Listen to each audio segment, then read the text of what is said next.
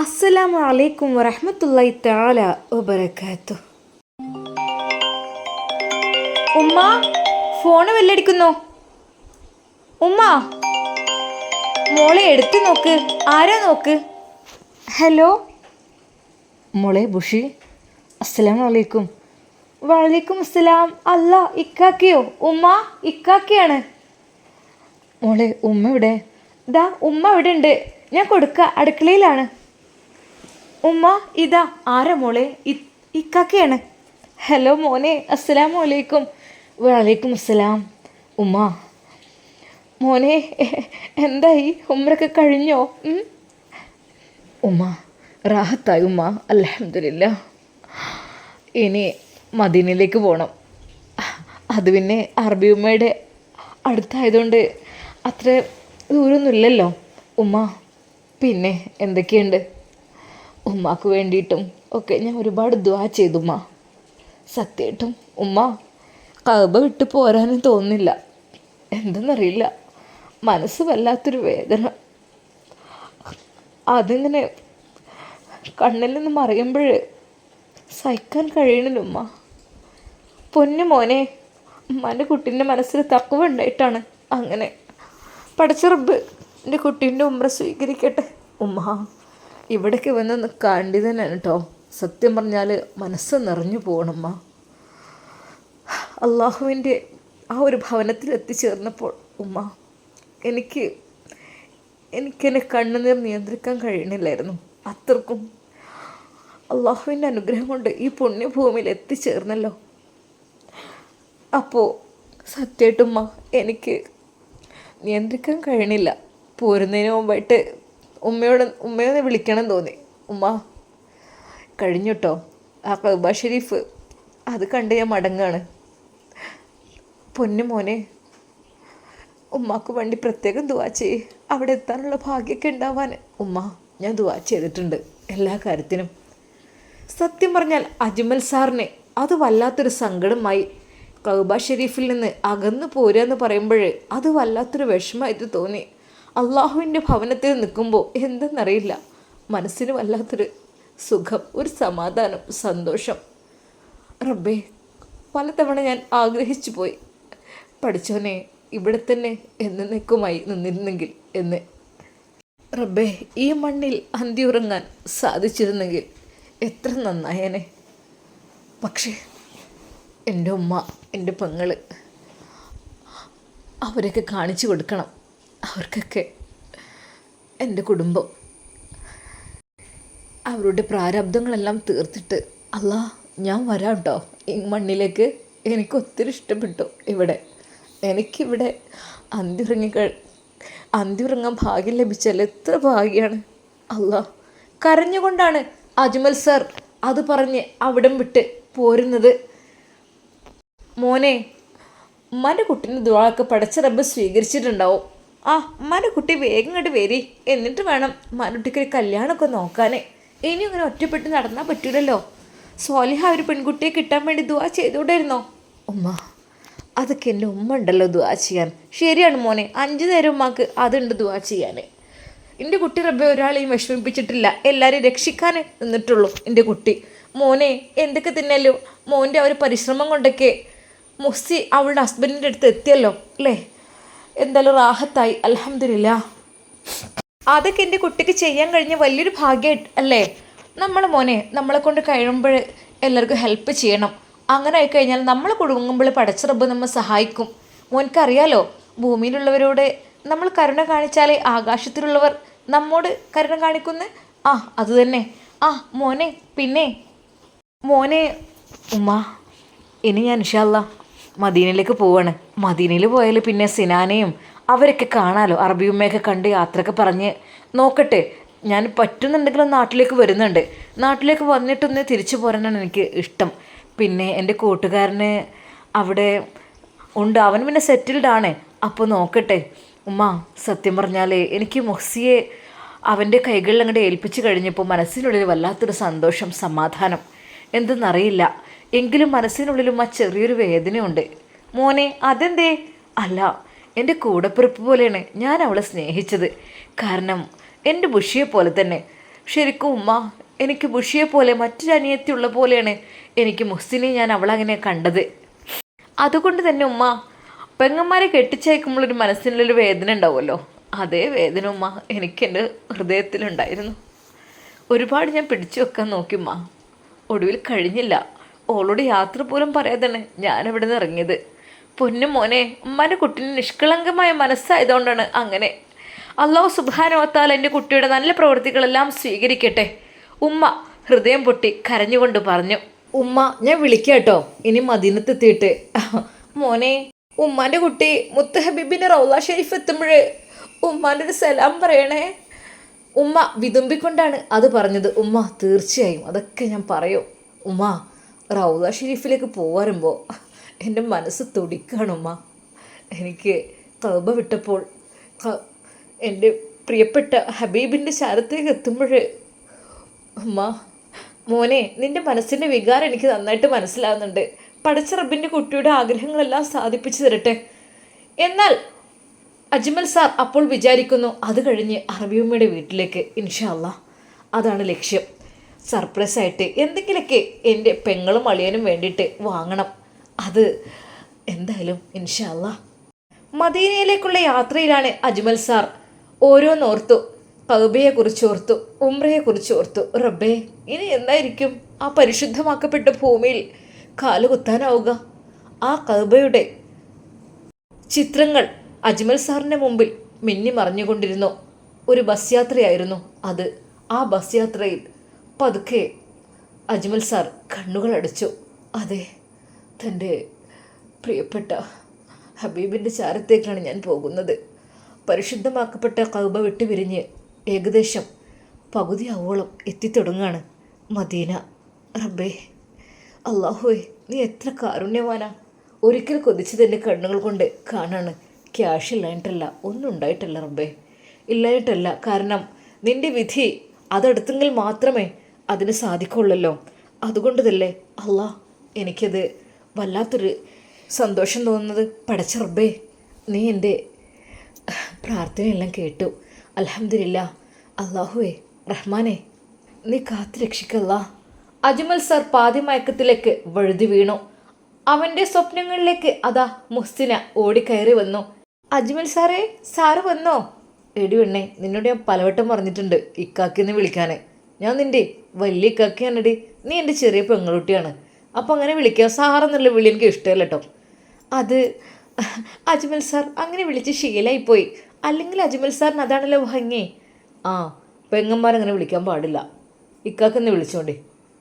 Ajmal sir സ്വപ്നത്തിൽ ഓരോന്ന് കണ്ടുകൊണ്ടിരിക്കുകയാണ്. ഉമ്മയെക്കുറിച്ച്, ബുഷിയെക്കുറിച്ച്, അവരുടെ യാത്രയെക്കുറിച്ച്, ബാംഗ്ലൂരിനെക്കുറിച്ച്, അങ്ങനെ എങ്ങനെ റബ്ബേ, നാടിനെ കുറിച്ചാണല്ലോ സ്വപ്നം കാണുന്നത്. എല്ലാം സ്വപ്നങ്ങൾ. ഒരു നിമിഷം അജ്മൽ സാർ ഞെട്ടി ഉണർന്നു. റബ്ബേ, അല്ലാ, ഞാൻ ഉംറ കഴിഞ്ഞ് വരണം. എന്തൊക്കെയാണ് സ്വപ്നം കണ്ടത്? എന്തായാലും സിനാനും മുഹ്സിനെയും നല്ല രീതിയിൽ ജീവിക്കട്ടെ. അവർക്ക് എന്തെങ്കിലും സ്പെഷ്യലായിട്ട് വാങ്ങണം ഗിഫ്റ്റായിട്ട്. ഞാൻ ഓളിക്കാക്കയല്ലേ, ഓളിക്കാക്കാൻ്റെ സ്ഥാനത്ത് നിന്ന് ഞാൻ അവൾക്ക് എന്ത് വേണമെങ്കിലും ചെയ്തു കൊടുക്കും. എനിക്ക് സന്തോഷമുള്ളൂ റബ്ബേ. വൈകാതെ തന്നെ അവളുടെ ജീവിതത്തിലേക്ക് ഒരു കുഞ്ഞിക്കാല് ഉണ്ടാവണം റഹ്മാനെ. അതായിരുന്നു അജ്മൽ സാറ് കഅബയുടെ ചാര വെച്ചും പ്രാർത്ഥിച്ചിരുന്നത്. റബ്ബേ, അവരുടെ ജീവിതത്തിൽ സന്തോഷമുണ്ടാകണേ, അവർക്ക് കുഞ്ഞുങ്ങളുണ്ടാകണേ എന്നതിനെക്കുറിച്ച്. ഒരുപാട് കഷ്ടപ്പെട്ട പെണ്ണാണ് മുസ്സി. അതുകൊണ്ട് തന്നെ അവൾക്ക് അല്ലാഹുവേ, നീ നിൻ്റെ കാരുണ്യം നീ കൊടുക്ക് റഹ്മാനെ. അറബിയുമ്മയെക്കുറിച്ച് ഓർത്തു. റബ്ബേ, അറബിയുമ്മ അവർ വല്ലാത്തൊരു മഹതി തന്നെയാണ്. ഏത് പാവപ്പെട്ടവരെയും അശ്രനെയും എത്തീമുകളെയും സ്വീകരിക്കുന്ന ഒരു മഹതി. അത് അങ്ങനെയുള്ളൊരു മഹതിയെ ഞാൻ കണ്ടിട്ടില്ല. എല്ലാവരെയും അവർ സ്വീകരിക്കുന്നു, വേണ്ടതെല്ലാം ചെയ്തു കൊടുക്കുന്നു നല്ല രീതിയിൽ. റബ്ബേ, എന്തൊക്കെ തന്നെയാലും വല്ലാത്തൊരു ഭാഗ്യം തന്നെ. കാരണം അവരൊരു കോടീശ്വരിയാണ്, എല്ലാം നൽകുന്നവരാണ് എല്ലാവർക്കും, പാവങ്ങൾക്കും ഒക്കെ. പക്ഷേ അവർ അവരുടെ ജീവിതം തന്നെ മറക്കുന്നുണ്ട് പലപ്പോഴും. തലാൽ നല്ലൊരു മോൻ തന്നെ. തലാലിനെ കുറിച്ചും തലാലിന് അങ്ങനെയൊരു കല്യാണത്തെക്കുറിച്ചോ അങ്ങനെയൊരു ചിന്തയൊന്നും കാര്യങ്ങളൊന്നും ഇതുവരെ നോക്കിയിട്ടേ ഇല്ല. എന്തോ പഠിക്കുകയാണെന്നോ എന്തൊക്കെ പറഞ്ഞത്. എന്തൊക്കെ തന്നെയാലും അജ്മൽ സാർ ഓരോന്ന് ഓർത്തുകൊണ്ടേയിരുന്നു. എന്തെന്നറിയില്ല, ഉംറ കഴിഞ്ഞ് വന്നപ്പോൾ മനസ്സിനൊക്കെ ഒരു സമാധാനം, ഒരു സന്തോഷം. റബ്ബേ, ആരൊക്കെ ഹെൽപ്പ് ചെയ്യണം, ആരെങ്കിലുമൊക്കെ സഹായിക്കണം, ബുദ്ധിമുട്ടുന്നവരെ സഹായിക്കണം, ആർക്കെങ്കിലും ഹെൽപ്പ് ആവശ്യം വന്നാൽ അപ്പം തന്നെ എനിക്ക് ചെയ്തു കൊടുക്കണം എന്നൊക്കെയുള്ള മനസ്സാണ് അജ്മൽ സാറിൻ്റെ. എന്നാൽ ഉംറ കഴിഞ്ഞപ്പോൾ ആ ഒരു ആത്മവിശ്വാസം ഒന്നുകൂടി കൂടിക്കൊണ്ട് വന്നു. റബ്ബേ, ഒരുപാട് ആളുകൾ ബുദ്ധിമുട്ട് അനുഭവിക്കുന്നുണ്ടാവും, ഒരുപാട് വിഷമങ്ങൾ, പ്രയാസങ്ങൾ. പഠിച്ചോനെ, അവർക്കൊക്കെ എനിക്കൊരു താങ്ങാവാൻ കഴിഞ്ഞെങ്കിൽ, നിൻ്റെ അനുഗ്രഹം കൊണ്ട് എനിക്ക് അവർക്ക് എന്തെങ്കിലും നൽകാൻ കഴിഞ്ഞെങ്കിൽ, അവരെ ഹെൽപ്പ് ചെയ്യാൻ കഴിഞ്ഞെങ്കിൽ റബ്ബേ എത്ര നന്നായിരുന്നു. അല്ലാതെ ഈ ദുനിയാവിൽ ഒരുപാട് ഇബാദത്ത് എടുത്തതുകൊണ്ട് മാത്രമായില്ലല്ലോ റബ്ബേ. എടുക്കണമെന്നല്ല, പക്ഷേ നമ്മൾ ഒരുപാട് ഇബാദത്തുകൾ ചെയ്യും, ഒരുപാട് നിസ്കരിക്കും, നോമ്പനുഷ്ഠിക്കും, ഒക്കെ ചെയ്യും. പക്ഷേ പലർക്കും മടിയാണ്. ഒരാൾക്കൊരു സ്വതക്ക നൽകാൻ, അല്ലെങ്കിൽ ഒരാളെ രക്ഷിക്കാൻ, ഒരാളെ വിപത്തിൽ നിന്നും അവരെന്തെങ്കിലും ബുദ്ധിമുട്ട് അനുഭവിക്കുകയാണെങ്കിൽ അതിൽ നിന്ന് രക്ഷപ്പെടുത്താൻ സ്വന്തം കാര്യം സിന്താബ. അതെ, നിസ്കരിക്കും, ഖുർആൻ ഓതും, നോമ്പനുഷ്ഠിക്കും, വലിയ മാളികകൾ പണിയും. പക്ഷേ ഒരാൾക്കും ഒരു ഹെൽപ്പില്ലാത്തൊരു ജീവിതം അങ്ങനെയും ഉണ്ടാകും റബ്ബേ. എന്തായാലും മദീനയിൽ പോയിട്ട് ഹബീബിൻ്റെ ചാരത്ത് പോയിട്ട് സർപ്രൈസായിട്ട് പോകണം ഹബീബിൻ്റെ വീട്ടിലേക്ക്. സിനാനും ഹുസിനെയും അവിടെ സുഖമായിട്ട് കഴിയായിരിക്കും. അതെ, അവളെ കാണണം, സിനാനെ കാണണം. എന്നിട്ട് അതെല്ലാം കഴിഞ്ഞിട്ട് നാട്ടിലേക്കൊന്ന് പോകണം. പറ്റുമെങ്കിൽ തിരിച്ചു വന്ന് ഇവിടെ സെറ്റിൽഡ് നോക്കട്ടെ ഇൻഷാ അല്ലാ. ഇനി ഉമ്മയുടെയൊക്കെ ഇഷ്ടം എങ്ങനെയാണാവോ, എന്താണെന്നറിയില്ല. മുഹ്സിനെ അവൻ്റെ അരികിൽ ഏൽപ്പിച്ചപ്പോൾ തന്നെ മനസ്സിനുള്ളിൽ വല്ലാത്തൊരു സന്തോഷം. അജ്മൽ സാർ യാത്രയിലാണ്. എന്നാൽ ഈ സമയം അതാ നമ്മുടെ മുഹ്സിയുടെ വീട്ടിൽ ഹസനത്തും ഉമ്മയും നാത്തൂനും അവിടെ സുഖമായി കഴിയുകയാണ്. അതെ, വലിയ സാമ്പത്തികമായി ഒന്നുമില്ലെങ്കിലും ഉള്ളത് വെച്ച്, റേഷനിൽ വെച്ച്, ഇലകളും താളിച്ച് കിട്ടുന്ന ആ ഒരു ക്യാഷിന് എന്തെങ്കിലുമൊക്കെ വാങ്ങി അങ്ങനെയാണ് അവർ ജീവിക്കുന്നത്. എങ്കിലും മനസ്സിന് ആശ്വാസമുണ്ട്, സന്തോഷമുണ്ട്. ഹസനത്തിനിടയ്ക്കിടെ മരുമകൻ വന്ന് കൊണ്ടുപോകും, അവളുടെ കയ്യിൽ എന്തെങ്കിലുമൊക്കെ കൊടുക്കും. അങ്ങനെയൊക്കെ ജീവിതം റാഹത്തായിട്ട് തന്നെ മുന്നോട്ട് പോകുന്നുണ്ട്. ഫർഹബിക്കും തന്നെ ഉമ്മയുടെ അരികിൽ കുഞ്ഞിനെയും കൊണ്ട് നിന്നപ്പോൾ അത് വല്ലാത്തൊരു ആശ്വാസമായിരുന്നു. ഉമ്മയുടെ കൂടെ തന്നെ അവൾ പകലെല്ലാം കിടക്കും കുഞ്ഞിനെയും കൊണ്ട്. അവൾ ഉമ്മയോട് പറയും, ഉമ്മ മോളെ എന്തേ? ഉമ്മ, എനിക്ക് ആരും ഇല്ലല്ലേ. അതെന്താ മോളെ? ഉമ്മയും പാപ്പയൊന്നും ഇല്ലയെന്ന് വിചാരിച്ചിട്ടൊക്കെ, അതിപ്പോൾ ആങ്ങളാരെ നോക്കണില്ലെന്നൊക്കെ വിചാരിച്ചിട്ട് ഇപ്പോൾ ഇല്ലാത്തോല് ആവോ? ഇല്ലല്ലോ ഉമ്മ. അതുകൊണ്ടല്ലേ ഞാൻ ഇത്രയൊക്കെ നിങ്ങളെ കഷ്ടപ്പെടുത്തിയിട്ടും ഞാൻ ഇങ്ങോട്ട് തന്നെ കയറി വന്നില്ലുമ്മ. പൊന്നു മോളെ, അതിനെക്കുറിച്ച് നീ വിചാരിക്കല്ലേ. ഈ എൻ്റെ മരുമകളാണ്. എൻ്റെ മോന് ഇന്നല്ലെങ്കിൽ നാളെ തിരിച്ചു വരുമെന്ന് എനിക്ക് നന്നായിട്ടറിയാം. എൻ്റെ കുട്ടി കാട്ടിക്കൂട്ടാനുള്ളതൊക്കെ കാട്ടിക്കൂട്ടട്ടെ. ഓരോരുത്തരുടെ ജീവിതത്തിലേക്ക് അതൊക്കെ കണക്കാക്കിയിട്ടുണ്ടാവും. എത്ര വരെ അവൻ കളിക്കുമെന്ന് എനിക്കറിയാം. ഏറി വന്നാൽ എന്തെങ്കിലും പറ്റണവരല്ലേ കളിക്കുള്ളൂ. പടച്ച റബ്ബ് കാക്കട്ടെ. കുറേ കളിക്കും, നിലത്തൊന്നും നിൽക്കൂലാരും. കുറച്ച് പണവും പത്രാസും ഒക്കെ കൂടിക്കഴിഞ്ഞാൽ ഉമ്മാനെ വേണ്ട, പെങ്ങന്മാരെ വേണ്ട, കെട്ടി പെണ്ണിനെ വേണ്ട, ആരെയും വേണ്ടാതെ ഓലിഷ്ടത്തിന് അങ്ങനെ ജീവിക്കും. എന്നാൽ അധിക നാളതൊന്നും നീണ്ടുപോയ ചരിത്രമില്ല. ആയിക്കോട്ടെ, ഓൻ ജീവിച്ചോട്ടെ. എൻ്റെ കുട്ടിക്ക് ഒരു വിഷമം വരാതെ ഓൻ ജീവിച്ചോട്ടെ. അത് മാത്രമേ ഉള്ളൂ എനിക്ക് പറയാനുള്ളത്. ഒരു വിഷമം ഓന് വരരുത്. അത് ഏതൊരു ഉമ്മാരും ആഗ്രഹിക്കണമല്ല മക്കൾ വിഷമത്തിലാകുന്നത്. ഓന് നല്ല രീതിയിൽ ജീവിക്കട്ടെ എന്ന് തന്നെയാണ് എൻ്റെ ആഗ്രഹം. ആ ഉമ്മ കണ്ണീരോടെയായിരുന്നു അത് പറഞ്ഞത്. ഫർഹബി വിചാരിച്ചു, റബ്ബേ, ഇത്രയൊക്കെ കഷ്ടപ്പെടുത്തിയിട്ടും ആ ഉമ്മ ദുആ ചെയ്യുന്നത് തൻ്റെ മോൻക്ക് വേണ്ടിയിട്ടാണല്ലോ. ഉമ്മാൻ്റെ നെറ്റിമൽ എന്തത് മുറിവ് പഴുത്തിട്ടുണ്ടോ മോളെ? അത് എന്താ മോളെ പറ്റിയത്? സ്വന്തം മോന് തള്ളിയിട്ടതാണ്, ചൂരൽ തട്ടി വീണതാണ് എന്നൊന്നും മരുമകളോട് പറഞ്ഞില്ല. അത് മോളെ അവിടെ തട്ടിയത് എങ്ങടെ? ഉമ്മ ശ്രദ്ധിച്ച് നടക്കണ്ടേ മോളെ? അതൊക്കെ മാറിക്കോളും. പക്ഷേ പുറത്തുള്ള മുറിവ് നമുക്ക് പ്രശ്നമല്ല മോളെ. നമുക്ക് മനസ്സിനേറ്റവും മുറിവാണ് ഉണങ്ങാൻ പ്രയാസം. അല്ലാതെ ശരീരത്തിന് ഏറ്റവും മുറിവൊക്കെ ഉണങ്ങിക്കോളും. ആ മുറിവ് മോളെ എത്ര മരുന്ന് കുടിച്ചാലും ഓയിൽമെൻറ്റ് തേച്ചാലും ഗുളിക കുടിച്ചാലും ഒന്നും മാറൂല. അത് മനസ്സിനുള്ളിൽ ഇങ്ങനെ ഒരു വിങ്ങലായിട്ട് നിൽക്കുകയാണ്. പഠിച്ചവൻ്റെ കുട്ടിയെ കാക്കട്ടെ. അപ്പോഴും ഉമ്മ മകന് വേണ്ടിയാണ് പ്രാർത്ഥിക്കുന്നതും കരയുന്നതും. ഫർഹബി ശരിക്കും വിചാരിച്ചു, റബ്ബേ, ഇത്ര സ്നേഹനിധിയായ ഒരു ഉമ്മയാണല്ലോ ഞങ്ങൾ ഇങ്ങനെയൊക്കെ കാട്ടിക്കൂട്ടിയത്.